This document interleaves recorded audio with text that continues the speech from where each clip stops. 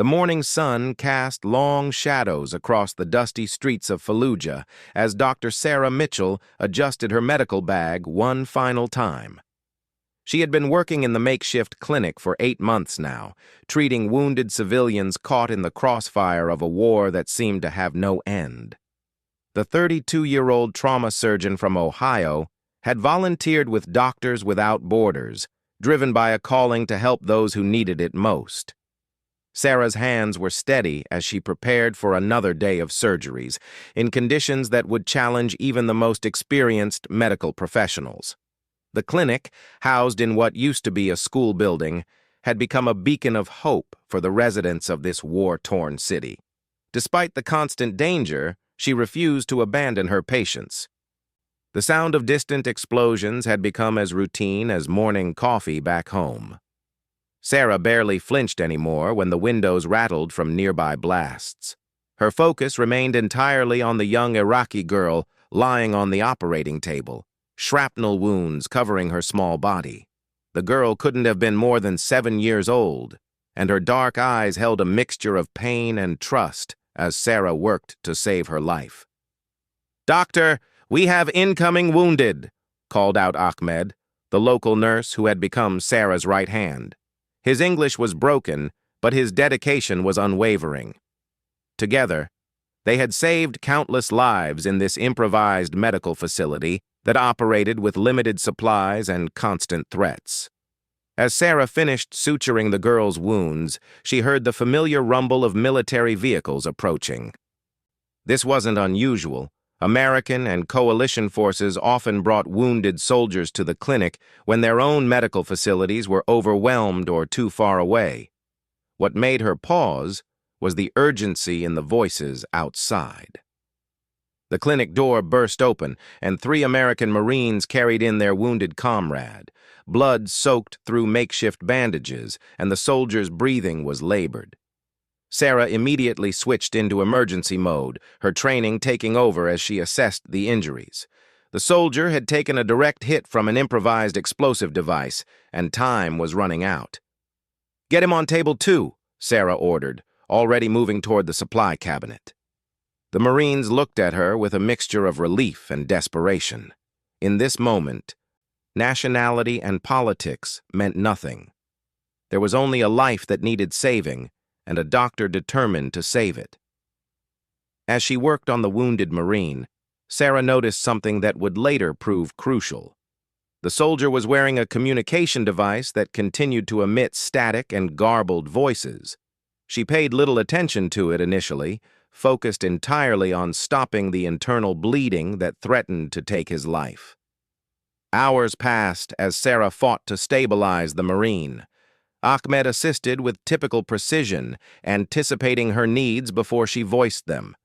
The other Marines waited anxiously outside, their faces etched with concern for their fallen brother. When Sarah finally emerged from the operating room, exhaustion evident in her posture, she delivered the news they hoped to hear. Their friend would live. But as the Marines prepared to transport their wounded comrade to a better-equipped facility, something went wrong. The communication device that Sarah had noticed earlier suddenly came to life with urgent voices speaking in rapid Arabic. Ahmed's face went pale as he translated the intercepted message. "Doctor, they know about the American soldier here," Ahmed whispered urgently. "Local militia groups are mobilizing. They're coming this way." Sarah felt her blood run cold. The clinic had always maintained strict neutrality, treating anyone who needed medical care regardless of their affiliation. But harboring American soldiers, even wounded ones, could be seen as choosing sides in a conflict where such choices often meant death. The Marines quickly gathered their wounded friend, but before they could leave, the sound of approaching vehicles filled the air. These weren't the organized rumbles of military convoys. These were the chaotic sounds of civilian trucks and motorcycles, the preferred transportation of local militant groups. "Back door," Sarah said quickly, leading the Marines through the clinic's rear exit. But as they moved through the building, she realized they were too late. Shouts in Arabic echoed from the front of the building, and the sound of boots on concrete told her that armed men were already inside. Ahmed grabbed Sarah's arm. "You must hide, Doctor. They know you helped the Americans. I will try to tell them you are not here." But Sarah knew that leaving Ahmed and her other local staff to face the consequences alone was not an option. These people had risked their lives daily to help her provide medical care to their community. She couldn't abandon them now. "No," she said firmly. "We face this together. We're doctors. We help everyone who needs help. That's not a crime." The voices grew closer, and Sarah could hear furniture being overturned as the armed men searched the clinic. She thought about her family back in Ohio, her parents who had begged her not to come to Iraq, her younger brother who still didn't understand why she had left her comfortable position at Cleveland General Hospital to work in a war zone. As footsteps approached the room where they were hiding, Sarah realized that her decision to save that wounded Marine might have sealed all their fates. The neutrality that had protected the clinic for 8 months was about to be shattered, and she was the one who had broken it. The door handle turned slowly, and Sarah closed her eyes, whispering a silent prayer. When she opened them again, 3 masked men with AK-47 rifles were standing in the doorway, their weapons trained directly on her and her staff. One of them spoke in broken English, his voice filled with anger and accusation. "You help American soldiers. You spy for them. This place is no longer safe for our people." Sarah stepped forward, her hands raised but her voice steady. "I'm a doctor. I help anyone who is injured regardless of who they are. That's what doctors do." The man's eyes narrowed behind his mask. "Today, that changes everything." The next few hours blurred together in a nightmare of violence and terror that Sarah would never forget. The armed men had taken her and Ahmed hostage, forcing them into the back of a pickup truck while the clinic burned behind them. The months of careful neutrality that had protected the medical facility were destroyed in minutes, reduced to smoke and ash that darkened the Fallujah sky. Sarah's wrists were bound with rough rope that cut into her skin with every bump in the road. Beside her, Ahmed struggled to maintain his composure, his face showing the same determination that had made him such an invaluable partner in the clinic. Despite their desperate situation, he kept whispering words of encouragement to her in broken English. The vehicle finally stopped at what appeared to be an abandoned warehouse on the outskirts of the city. Sarah was roughly pulled from the truck and pushed into a dark room that smelled of oil and decay. The concrete floor was stained with substances she preferred not to identify, and the only light came from a single bulb hanging from exposed wiring in the ceiling. Her captors removed their masks, revealing faces hardened by years of conflict. The leader, a man in his 40s with a jagged scar across his left cheek, spoke in Arabic to the others before turning his attention to Sarah. His English was better than she had initially thought, which somehow made the situation more terrifying. "Dr. Sarah Mitchell," he said, reading from what appeared to be a dossier. 32 years old, from Cleveland, Ohio. Working with Doctors Without Borders for 8 months. You have treated many of our enemies." Sarah forced herself to meet his gaze directly. "I have treated injured people. That's what doctors do." "I've helped your people, too. Children, women, elderly civilians caught in the fighting." The man smiled, but there was no warmth in it. "Yes, but yesterday you chose a side. You saved an American Marine who had killed 3 of our fighters just hours before. That Marine's radio was recording everything. We know you heard our communications."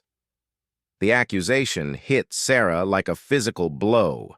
She had indeed heard Arabic voices coming from the Marine's radio, but she hadn't understood the language and had been too focused on saving a life to pay attention to intelligence gathering.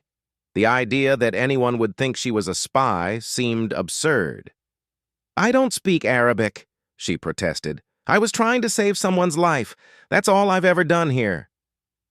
But her words fell on deaf ears. Over the next several days, Sarah endured interrogations that grew increasingly violent and desperate. Her captors were convinced she had gathered intelligence for American forces, and they wanted information she simply didn't have. Each session left her weaker and more hopeless. Ahmed had been separated from her on the second day, and she could only pray that he was still alive.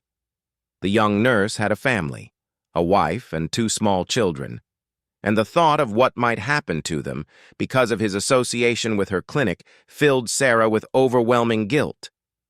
On the 4th day, everything changed. Sarah was barely conscious when she heard the distinct sound of helicopters approaching. Her captors became agitated, shouting orders and moving equipment. Through the small window high on the warehouse wall, she could see searchlights cutting through the darkness. "American forces!" one of the men spat in English. "They have found us!" What happened next would haunt Sarah's dreams for years to come. As the rescue operation began outside, her captors made a fatal decision. If they couldn't use her for intelligence, they would make her an example. The leader who had interrogated her pulled out his sidearm and looked at her with cold determination. "You will not be rescued by your military friends," he said quietly, "but your death will send a message they will not forget." The first gunshot echoed through the warehouse like thunder. Sarah felt the bullet tear through her shoulder, spinning her to the ground. The pain was immediate and overwhelming, but her medical training kicked in even through the shock. She knew she had to stay conscious, had to find a way to survive. More shots followed in rapid succession. Sarah felt bullets strike her chest, her abdomen, her legs. Each impact sent waves of agony through her body, but somehow she remained aware. Through the haze of pain, she could hear the sound of the rescue operation getting closer. American voices shouting commands, the rhythmic beating of helicopter rotors, and the distinctive crack of military rifles returning fire.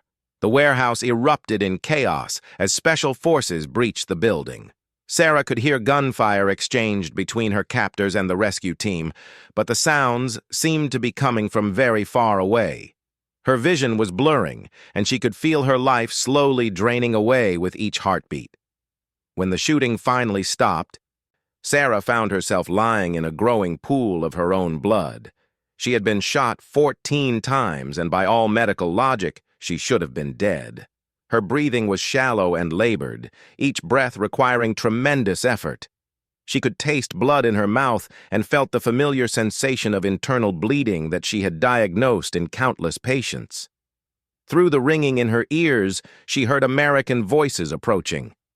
Combat boots on concrete, radio chatter, and urgent medical commands.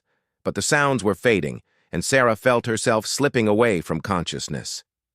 "We've got a civilian down," she heard someone shout. "Female, multiple gunshot wounds. She's barely breathing." Sarah tried to respond, to tell them she was a doctor, that she understood her injuries better than anyone. But no words came. Her body was shutting down, and she could feel herself hovering on the edge between life and death. The last thing she remembered before darkness claimed her was a pair of steady hands checking her pulse and a voice saying, "Stay with us, ma'am. We're going to get you out of here." As consciousness faded, Sarah's final thought was not of her own survival, but of Ahmed and his family. Had he survived? Were his wife and children safe? Even facing her own death, her instincts as a healer made her think of others before herself. The warehouse fell silent except for the urgent movements of the rescue team working to stabilize her condition. Against all odds, after being shot 14 times and left for dead, Dr. Sarah Mitchell still clung to the thinnest thread of life. But whether that thread would hold long enough for rescue remained to be seen. The Navy SEALs who found Sarah in that warehouse had seen combat casualties before, but nothing quite like this. Staff Sergeant Marcus Rodriguez, the team medic, knelt beside her broken body and shook his head in disbelief. 14 gunshot wounds, massive blood loss, and yet somehow this woman was still breathing. Her pulse was barely detectable, but it was there. "I've never seen anyone survive this much trauma," Rodriguez muttered as he worked to establish an IV line. "She should be dead 3 times over."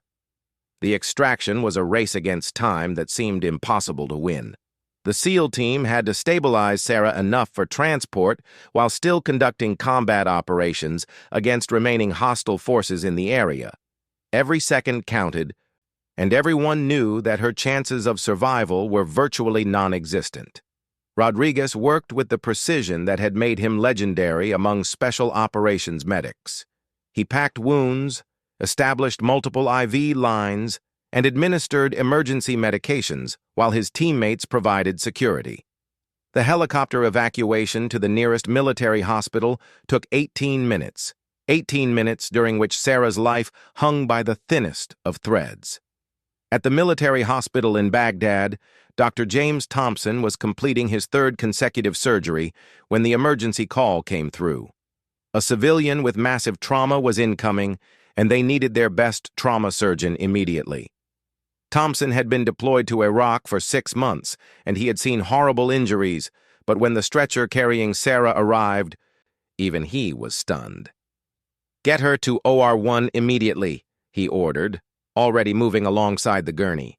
"Type and cross-match for 10 units of blood and call in every available surgeon. We're going to need all the help we can get." The surgery that followed was a marathon of medical intervention that lasted 14 hours. Sarah had sustained damage to multiple organs, including her liver, spleen, and both lungs. 3 bullets had narrowly missed her heart, and 1 had grazed her spine. The surgical team worked in shifts, with Dr. Thompson coordinating the complex operation to repair the extensive internal damage. During the surgery, something remarkable happened. Despite her critical condition, Sarah's vital signs remained surprisingly stable. Her body was fighting with a determination that defied medical explanation. Nurses who had worked trauma cases for years whispered among themselves about the unusual strength this woman was showing. "I've never seen anyone hold on like this," said Lieutenant Jennifer Walsh, the head surgical nurse. "It's like she's refusing to give up." As dawn broke over Baghdad, Dr. Thompson finally stepped out of the operating room, exhausted but cautiously optimistic. Sarah had survived the surgery, though she remained in critical condition.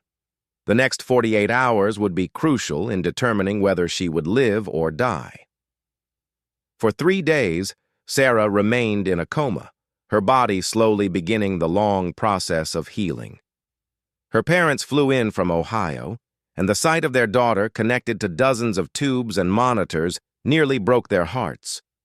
Her father, a retired factory worker named Robert Mitchell, sat by her bedside around the clock, holding her hand and talking to her even though doctors said she couldn't hear him. "Come on, sweetheart," he whispered during the long nights. "You're the strongest person I know. Don't give up on us now." On the 4th day, Sarah's eyes fluttered open. The first thing she saw was her father's weathered face, tears streaming down his cheeks. Her throat was raw from the ventilator, and every part of her body screamed with pain, but she was alive. "Dad?" she managed to whisper, her voice barely audible. The medical team was amazed by her recovery. Dr. Thompson had seen many miraculous survivals during his career, but Sarah's case was unique. Not only had she survived injuries that should have been fatal, but she was recovering faster than anyone thought possible. "Your daughter has shown incredible strength," he told her parents. "The human spirit is remarkable, but what she's accomplished goes beyond anything I've seen in 20 years of trauma surgery." The road to recovery was long and painful. Sarah underwent 7 additional surgeries to repair damage and remove bullet fragments that were too dangerous to extract during the initial operation. Physical therapy was grueling, and there were days when the pain was so intense that she wondered if death might have been easier. But gradually, she grew stronger. The nurses marveled at her determination, and visiting soldiers were inspired by her resilience. Word of her survival had spread throughout the military hospital, and she became a symbol of hope for other patients fighting their own battles. 6 weeks after the rescue, Sarah received unexpected news. Ahmed, the nurse who had been captured with her, had survived. He had been held in a different location and was rescued 2 days after her own extraction. His family was safe, and he sent a message expressing his gratitude for her courage in saving the wounded Marine that had led to their capture. "The doctor always put others before herself," Ahmed's message read. "Even when it meant danger for all of us, she could not turn away from someone who needed help. That is why she survived. Her spirit was too strong for death to take." 3 months later, Sarah was medically evacuated to Walter Reed Army Medical Center in Washington, D.C. for continued treatment and rehabilitation. The bullet wounds had healed, but the emotional scars ran deeper. She struggled with survivor's guilt and post-traumatic stress, wondering why she had lived when so many others had died. It was during therapy that she found her purpose again. Working with other wounded veterans and survivors of trauma, Sarah discovered that her experience had given her a unique ability to help others heal. Her medical knowledge combined with her personal understanding of trauma created a powerful foundation for helping others recover. A year after the shooting, Sarah made a decision that surprised everyone who knew her. Instead of returning to her comfortable position in Cleveland, she accepted a position as Director of Trauma Counseling at Walter Reed. She would use her experience to help other survivors find their way back to life. "I was given a second chance," she told her parents during a visit home. 14 bullets couldn't stop me from helping people. Nothing will. Dr. Sarah Mitchell's story became legendary among military medical personnel. The woman who was shot 14 times in Fallujah and survived against impossible odds had found a new mission. She would spend the rest of her career helping others overcome their own seemingly impossible challenges. When people asked her how she survived, Sarah's answer was always the same. "I had work left to do. Sometimes that's enough to keep you alive when nothing else will." The SEALs, who rescued her that night in the warehouse, had saved more than just one life. They had saved a healer who would go on to help thousands of others find their way back from the darkness of trauma and pain. In the end, Sarah's survival was not just about her own strength, but about the lives she would touch and the hope she would provide to countless others facing their own battles against impossible odds.